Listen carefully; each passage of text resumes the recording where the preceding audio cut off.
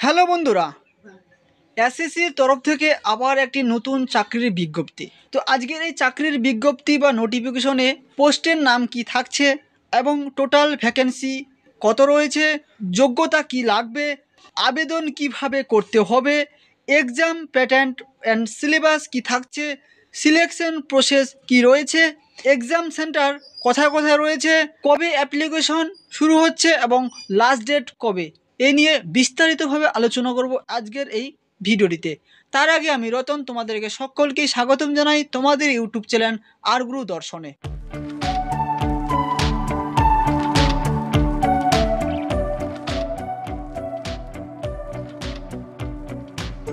তো চলো বন্ধুরা, আমরা সেই নোটিফিকেশনটি ডাউনলোড করি।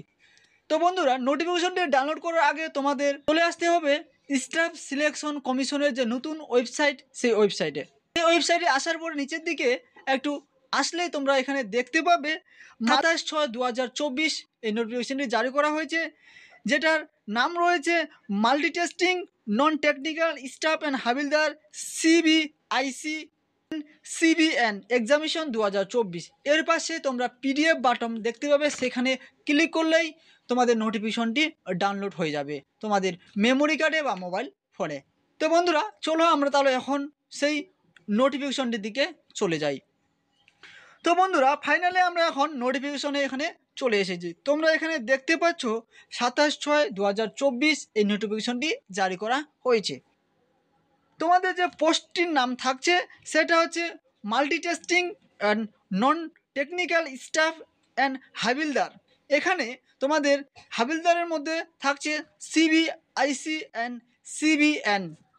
তো বন্ধুরা, একটু নিচের দিকে আসলে তোমরা এখানে দেখতে পাবে যে এক্সামের অ্যাপ্লিকেশনের শুরু হচ্ছে তোমাদের 27/6/2024। তোমাদের লাস্ট ডেট থাকছে 31/7/2024। এখানে তোমরা দেখতে পাচ্ছ last date and time for receive of online application. তোমাদের এখানে 31/7/2024 তারিখের মধ্যেই করতে হবে।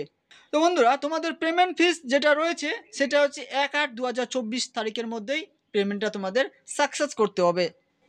তাছাড়া অনেক কিছুই রয়েছে, তোমরা এখানে একটু দেখে নেবে কবে কি রয়েছে। তো বন্ধুরা, এখন আমরা দেখে নেব টোটাল ভ্যাকেন্সি কতগুলো রয়েছে। তো বন্ধুরা, একটু নিচের দিকে আসলে তোমরা দেখতে পাবে এখানে টোটাল ভ্যাকেন্সি তোমাদের এমটিএস এর ক্ষেত্রে রয়েছে 4887, আর হাবিলদার ইন সিবিআইসি অ্যান্ড সিবিএন এর টোটাল ভ্যাকেন্সি তোমাদের রয়েছে 3439টি। তো বন্ধুরা, তার সঙ্গে নিচের দিকে একটু আসলেই তোমাদের এখানে পোস্টের নামগুলো দেখতে পাবে এবং পোস্টের নামের পাশে তোমরা এখানে দেখতে পাবে কোন পোস্টের জন্য কে এলিজিবল রয়েছে, এবং হাবিলদার পোস্ট রয়েছে এবং এমটিএস পোস্ট তোমাদের জন্য রয়েছে। তো তোমরা এখানে দেখতে পাচ্ছ তোমাদের যে ইন্ডিয়ান সিটিজেন হতে হবে, তার সঙ্গে তোমাদের বন্ধুরা এজ লাগছে 80। বন্ধুরা, এখানে তোমাদের 18 বছর হলেই কিন্তু তোমরা এখানে আবেদন করতে পারবে।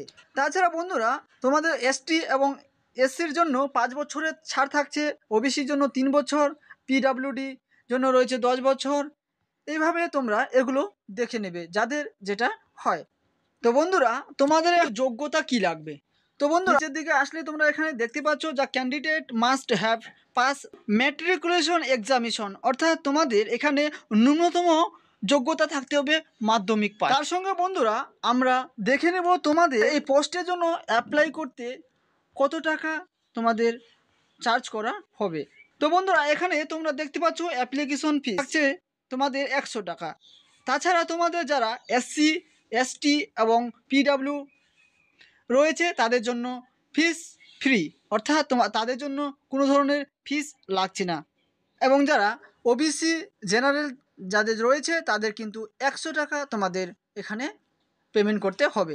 কিন্তু পেমেন্টের যে লাস্ট ডেট সেটা হয়তো তোমরা ভিডিওর প্রথম দিকেই শুনে নিয়েছো, তাও একবার বলি, তোমাদের পেমেন্ট যেটা লাস্ট ডেট রয়েছে সেটা হচ্ছে 1/8/2024 মধ্যে তোমাদের পেমেন্ট সাকসেস করতে হবে। তো বন্ধুরা, এখন তোমাদের মনে অনেকেরই প্রশ্ন রয়েছে, আমাদের এক্সাম অ্যাপ্লাই করার পরে এক্সাম সেন্টার কোথায় হবে? তো বন্ধুরা, একটু নিচের দিকে আসলে তোমরা এখানে দেখতে পাবে তোমাদের examination centre and centre code. যারা ওয়েস্ট বেঙ্গল থেকে রয়েছে তাদের যে এক্সাম সেন্টার কোথায় কোথায় থাকবে সেটা আমরা একটু দেখে নেব। এখানে তোমরা দেখতে পাচ্ছ ওয়েস্ট বেঙ্গল, যে ওয়েস্ট বেঙ্গল তোমাদের কোথায় কোথায় এক্সাম সেন্টার রয়েছে। রয়েছে আসানসোল, বর্ধমান এবং দুর্গাপুর, রয়েছে কলকাতা, শিলিগুড়ি এবং তাছাড়া রয়েছে ঢেঙ্কানাল। তো এই ছিল ওয়েস্ট বেঙ্গলের কয়েকটি এক্সাম সেন্টার। তো বন্ধুরা, এখন আমরা দেখে নেব তোমরা আবেদনটা কিভাবে করবে। একটু তোমরা পিডিএফের নিচের দিকে বা শেষের দিকে আসলে তোমরা এখানে দেখতে পাবে তোমাদের আবেদন প্রসেস কি রয়েছে, তোমাদের আবেদনটা কিভাবে অনলাইনে করতে হবে।